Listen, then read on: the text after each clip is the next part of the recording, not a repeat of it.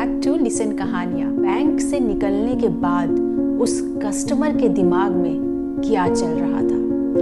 आखिर क्यों वो उस रात सो नहीं पाया?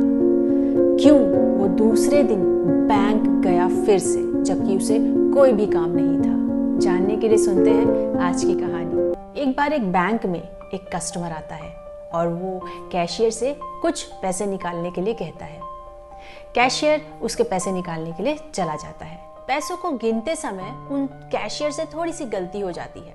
वो 1,40,000 की जगह कस्टमर को 1,60,000 रुपए दे देते हैं। लेकिन वो कस्टमर सब कुछ ध्यान से देख रहा था। उसने देख लिया था कि कैशियर ने गलती से उसे 20,000 रुपए ज्यादा दे दिए हैं। लेकिन उसके बाद भी वो अनजान बना रहा और उसने ऐसा दिखाने की कोशिश की जैसे कि उसे कुछ पता नहीं है और वो कैशियर पे बहुत विश्वास करता है। इसलिए उसने चुपचाप बिना गिने पैसों को रख लिया।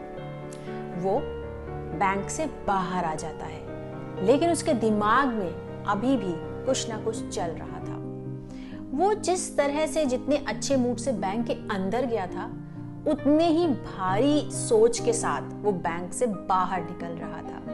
अब उसके दिमाग में एक्स्ट्रा 20,000 रुपयों को लेकर के बहुत सारी नई नई प्लानिंग चलने लगी कि 20,000 रुपए से वो ये कर सकता है, 20,000 रुपए से वो ये काम भी कर सकता है। लेकिन थोड़ी थोड़ी देर में उसके दिमाग में ये भी आता था कि चलो ये 20,000 रुपए मैं वापस कर देता हूँ, क्योंकि ये 20,000 रुपए मेरे नहीं है।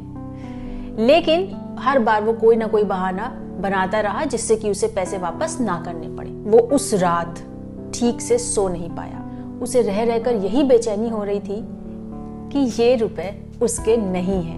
ये कैशियर ने धोखे से, गलती से उसको ज्यादा दे दिए हैं। आखिरकार उसने फैसला किया कि वो दूसरे दिन बैंक जाएगा और इन रुपयों को वापस करके आएगा।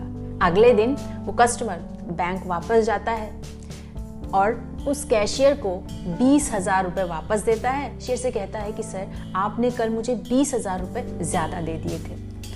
और इसके बाद उस कैशियर ने 20,000 रुपए तो ले लिए, लेकिन 1,000 रुपए अपनी जेब से निकाले और उस व्यक्ति को हाथ जोड़ते हुए दिए और कहा कि प्लीज इससे आप अपने बच्चों के लिए कुछ मिठाई वगैरह ले लीजिएगा और प्लीज मना मत करिएगा, क्योंकि आज मेरी नौकरी तक जा सकती थी। वो कस्टमर कैशियर से कहता है कि सर, थैंक यू तो मुझे आपका कहना चाहिए, क्योंकि आप अगर वो पैसे नहीं देते तो मैं कभी भी अपने बारे में नहीं जान पाता और कभी भी अपने अंदर चल रही उस सच और झूठ की लड़ाई से, सही और गलत की लड़ाई से कभी भी जीत नहीं पाता। उस कस्टमर ने कैशियर से कहा कि आज मुझे पता चला कि ईमानदार होना और ईमानदारी का नाटक करना, इन दोनों में जमीन आसमान का अंतर है। तो इस कहानी से हमें ये सीख मिलती है कि ईमानदारी की राह में चलने वाले लोगों के सपने भले ही पूरे ना हो, लेकिन नींद उन्हें पूरी आती है। और चलते चलते वही इंसान सबसे शानदार है जिसके इरादे ईमानदार हैं।